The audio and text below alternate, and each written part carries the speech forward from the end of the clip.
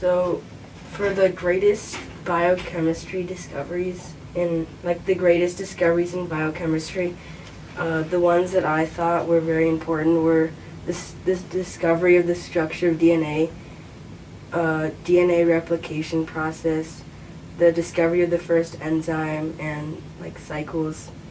What do you believe are the greatest biochemistry discoveries? Well, certainly James Watson's double helix model is the milestone.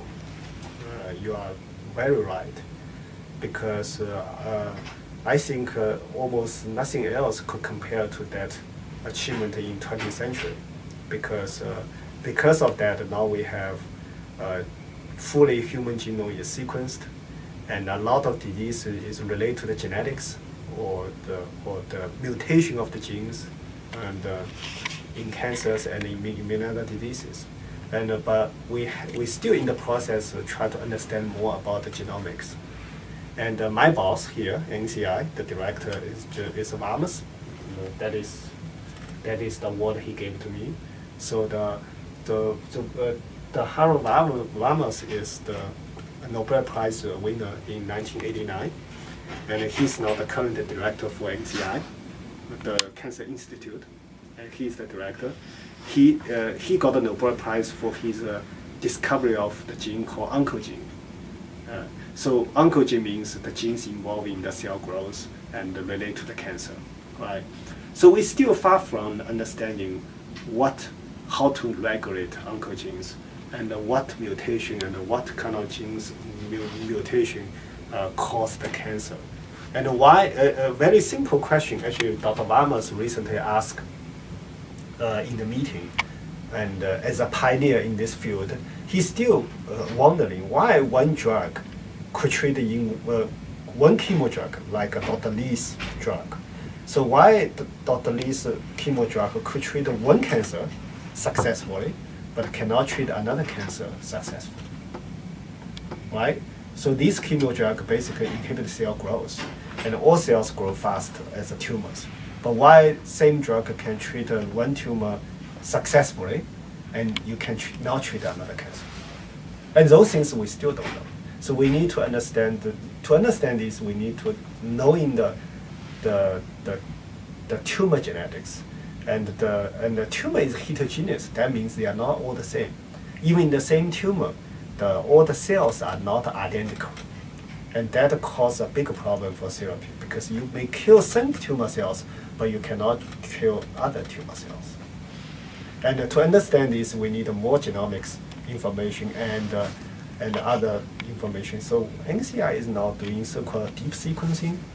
So we try to sequence a lot of patient genome, and to understand the disease better.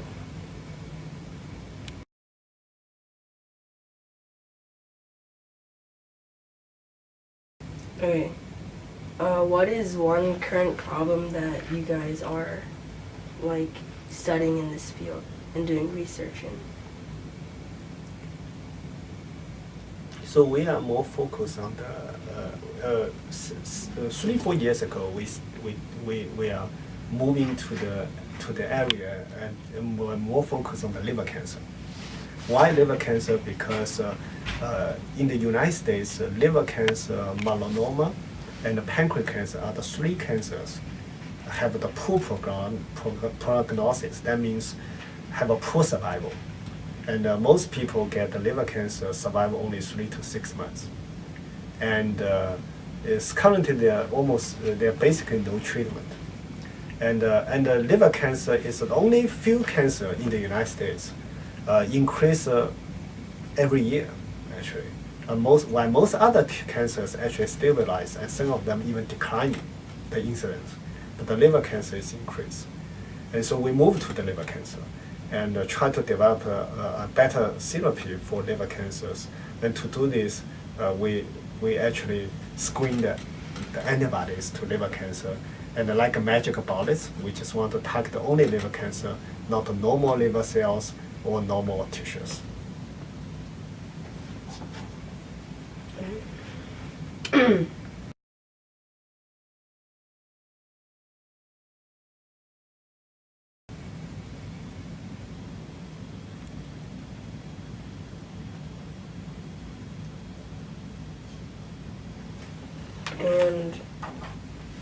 what is what, like your section, the antibody therapy section for your research, what problems do you,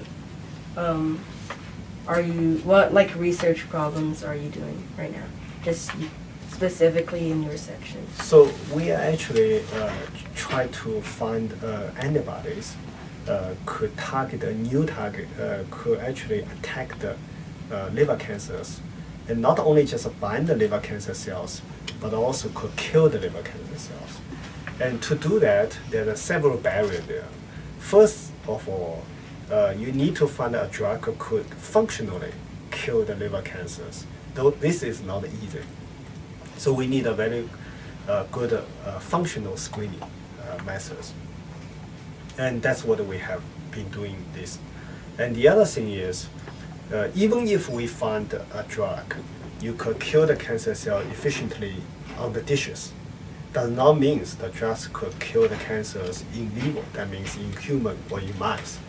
So because when tumor cells grow as a tumor, they form like a tissue, and there's a lot of biochemistry inside.